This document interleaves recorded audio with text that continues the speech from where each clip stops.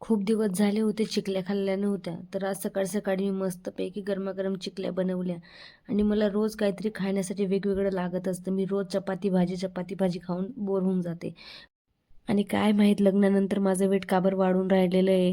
दिवसांदिवस पोट पण बाहेर येऊन राहिलेलं आहे. त्यामुळे थोडी एक्सरसाइज केलेली बरं आहे, नाही तर आणि एवढी एक्सरसाइज करून मस्तपैकी गरमागरम आम्ही दोघांनी चिकल्या आणल्या. आणि मग दुपारी आल्या होत्या आमच्या नणंदबाई आणि त्यांच्यासोबत त्यांचं झिंगरं पण आलं होतं. म्हणजे ते झिंगूर इतक्या मस्त्या करतो ना बाबा, मी जे त्याला नाही सांगते करायला तेच तो करतो. ऐकतच नाही. आणि जेव्हापासून त्याला पाय फुटले मग आवरायचं कामच नाही. आणि खूप दिवसापासून माझ्या चेहऱ्यावरती डार्क सर्कल्स वाढत होते, पिंपल पण येत होत्या. मग काय म्हटलं चला काहीतरी स्किन केअर करूया. मग बनवलं ना, बेसन आणि हनीपासून होममेड क्रीम लावलीत थोबाडाला. आणि याचा कलर असा दिसतोय जसा की सोडा जाऊ द्या. मग काय मला वाटलं की थोडं सुकेपर्यंत अमूलची रबडी खाऊया. पण तोंड काही सुकत नाही होतं. शेवटी मी स्क्रिप्ट लिहायला बसली. स्क्रिप्ट लिहिल्यानंतर 20 मिनिटांनी ते सुकलं.